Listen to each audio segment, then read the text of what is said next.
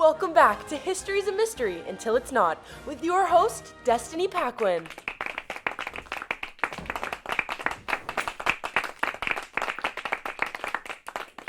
Awesome. Welcome back to History's a Mystery Until It's Not. I'm your host, Destiny Paquin, and today's topic, Olympe de Gouges. Picture this, 18th century France. The nation is in a flux. There are profound social, political, cultural, and religious transformations taking place, setting the stage for one woman, Olympe de Gouges, to become an activist.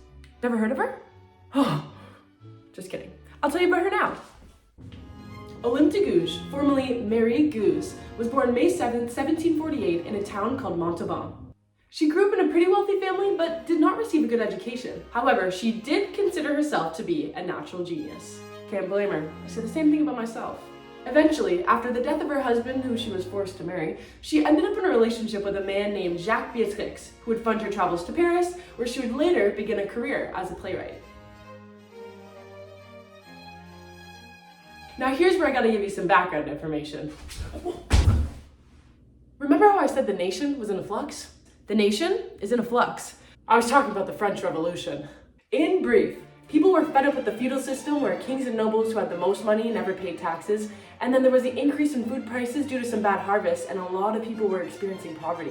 In addition to that, all these intellectuals were like, everybody deserves freedom, everybody is equal, liberté. Those were the Enlightenment thinkers. But in response to this crisis, King Louis XVI calls the General States meeting for the first time in 175 years. This is in May 1789, and hopefully all three estates will come together and fix this issue. But the third estate, made up of commoners, were not pleased because their interests weren't being represented, and so they formed the National Assembly. Shortly after, the lower classes stormed the Bastille in an act of defiance against the royal authority.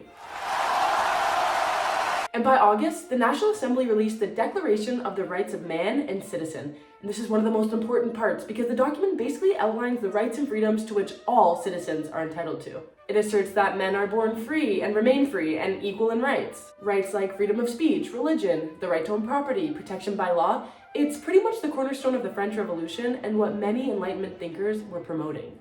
This was so important because up until these developments, Olympe de Gouges had been living in Paris since 1768, mingling with aristocrats, writers, and revolutionary politicians who would become her close friends. And in 1784, she would start writing.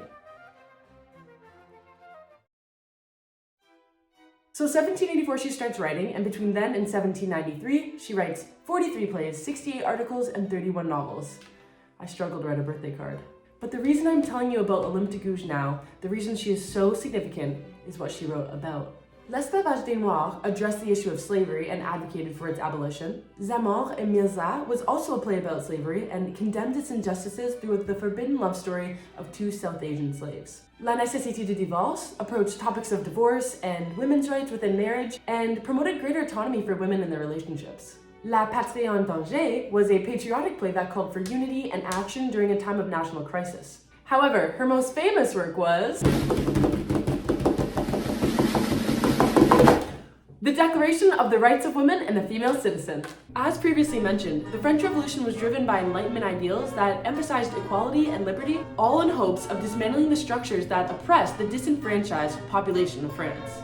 Yet, despite the revolutionary conversation to bring equality to the people, women still found themselves excluded from those same revolutionary conversations. For example, the Declaration of the Rights of Man and Citizen didn't recognize women as active citizens, so they didn't get full rights. And this doesn't go unnoticed by Olympe de Gouges, and she publishes the Declaration of the Rights of Women and the Female Citizen in 1791 as a response to the Declaration of the Rights of Man. In her declaration, she asserted that women deserve the same and equal rights and opportunities to men, but this was during a time where the prevailing gender norms and societal expectations said otherwise. She challenged the exclusion of women from the National Assembly's declaration by advocating for women's rights to property ownership, participation in politics, and freedom of communication of thoughts and opinions. De Gouges also emphasized the importance of women's contributions to society and their right to be valued as citizens. However, in 1973, she released a pamphlet called The Three Urns, where she attacked the leaders who were in charge at the time. About this pamphlet, Sandrine Bergès writes that Gouges asked that the people of France be allowed to consider what form of government would best protect their rights,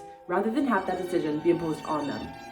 This pamphlet results in her arrest and eventual execution by the guillotine during a time that would be later known as the Reign of Terror.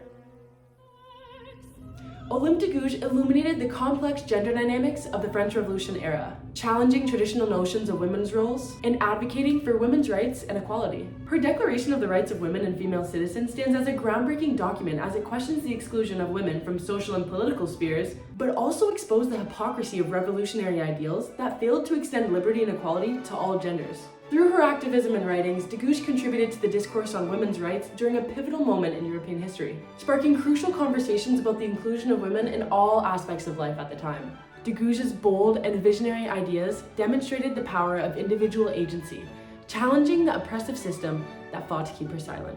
She continues to inspire us today.